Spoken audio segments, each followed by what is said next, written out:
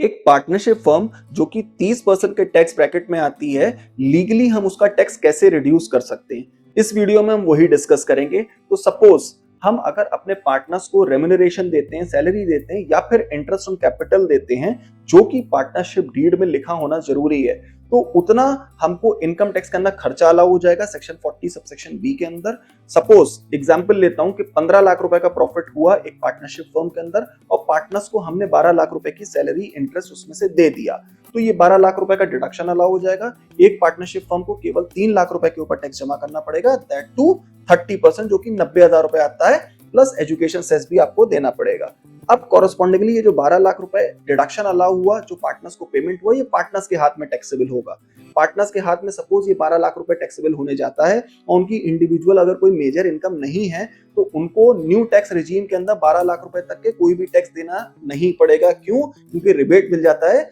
87A के अंदर up to 60,000 rupees. तो अब हमने इस वीडियो में क्या समझा कि पार्टनरशिप फर्म का तो टैक्स रिड्यूस हुआ ही हुआ, साथ ही साथ पार्टनर्स के हैंड में भी जीरो या फिर मिनिमम टैक्स की लायबिलिटी अराइज होगी उस प्रॉफिट पे जो कि हम पार्टनरशिप बिजनेस से रन कर रहे हैं। इंपॉर्टेंट बात जो ध्यान रखने वाली है, अगर हम इस कंप्लायंस को पूरा करना चाहते हैं, वो ये है कि पार्टनर्स को अगर हम कोई भी पेमेंट करते हैं तो उस पर टीडीएस काटना जरूरी है अंडर सेक्शन 194T। तो अब इसके अंदर 10% का टीडीएस का रेट है। 31 मार्च तक आप जो भी सैलरी, रेम्यूनरेशन या इंटरेस्ट बुक करोगे पार्टनर्स के हेड में, तो उस पर आपको टीडीएस डिडक्ट करना होगा और वो डिडक्ट करके 30 अप्रैल तक जमा कराना होगा और 31 मई तक उसका रिटर्न भी डालना होगा। ये कंप्लायंस जब आप पूरा कर दोगे, सेकंड आपके पार्टनरशिप डीड के अंदर पार्टनर्स को सैलरी और रेम्यूनरेशन अलाउड होगा, इंटरेस्ट ऑन कैपिटल लिखा हुआ होगा, तभी आप इसको क्लेम कर सकते हो और इस टैक्स प्लानिंग का बेनिफिट उठा सकते हो। साथ ही साथ कभी कभी ये भी प्रॉब्लम्स आती है कि पार्टनरशिप फर्म्स के अंदर लॉस आ रहा होता है